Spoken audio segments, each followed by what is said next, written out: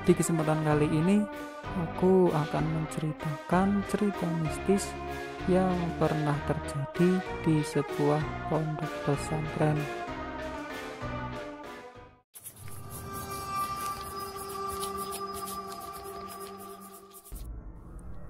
Di suatu malam, ada salah satu ustadz yang belum tidur dan hendak membuat susu panas di dapur.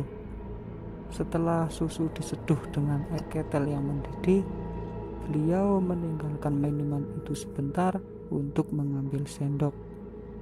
Dan saat kembali, ternyata gelasnya sudah kosong, seperti habis diminum oleh seseorang. Tapi siapa yang bisa menghabiskan susu panas secepat itu, sementara di dapur tidak ada siapa-siapa selain dirinya.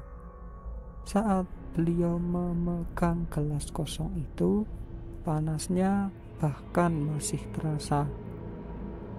Tak mau ambil pusing, beliau pun mencuci gelas itu kembali dan bikin lagi. Di hari yang lain, ketika sudah tengah malam, beliau melakukan patroli di sekitar asrama putra yang ada di lantai 2 untuk melihat kondisi santri di jam tidur malam. Siapa tahu ada yang bandel dan belum tidur. Setelah berkeliling dari kamar ke kamar, ternyata semua memang sudah tidur.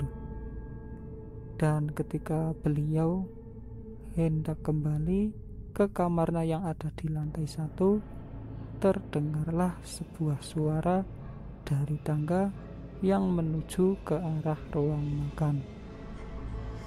Suara itu berasal dari besi pegangan yang akan berbunyi nyaring jika disentuh, karena letaknya ada di lorong. Karena terdengar seperti orang sedang menaiki tangga, beliau pun menunggu di atas sambil bertanya-tanya, siapa yang jam segini main ke ruang makan. Sedikit demi sedikit, kepala orang itu terlihat. Ternyata itu seorang perempuan berambut panjang dan berwajah cantik. Hanya saja badannya tidak kelihatan, alias cuma kepala doang. Meski sempat terkejut, beliau tetap tenang dan stay cool, karena baginya melihat jin adalah hal yang biasa. Hanya kemunculannya saja yang sering mengagetkan. Akhirnya beliau pun mencoba menasehati jin perempuan itu supaya jangan iseng dan menakuti para santri. Kalau bandel bakal auto didoain biar kapok. Nyatanya penghuni berupa makhluk halus di situ bukan hanya jin tadi, tentu ada yang lainnya, terutama yang masih suka mengganggu. Tempat favorit mereka ada di sekitar kamar mandi dan WC, teras samping aula, dan tangga menuju ke jemuran. Dan cerita kali ini berasal dari santri putri yang asramanya ada di lantai 3. Karena aku lupa namanya, sebut saja namanya Markonah. Kebetulan malam itu dia belum tidur karena ada beban berupa hafalan. Tak lama kemudian, Markonah pun ingin buang air kecil.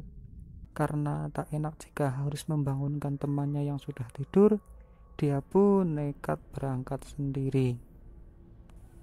Saat melewati tangga jemuran, ia melihat ada orang berbaju putih sedang berdiri di tengah-tengah tangga yang remang-remang. Antara takut dan ingin tahu, Markonah pun bertanya, siapa tahu dia juga manusia seperti dirinya yang mau ke WC. Bukannya menjawab, yang ditanya malah tertawa cekikikan dan menunjukkan wajahnya yang seram. Terkejut, Markona pun terjatuh ke belakang dan langsung tak sadarkan diri. Benturan di kepalanya membuat Markona pingsan cukup lama hingga akhirnya ia disadarkan oleh teman-temannya saat menjelang subuh. Untung lukanya tidak parah, hanya benjol sedikit.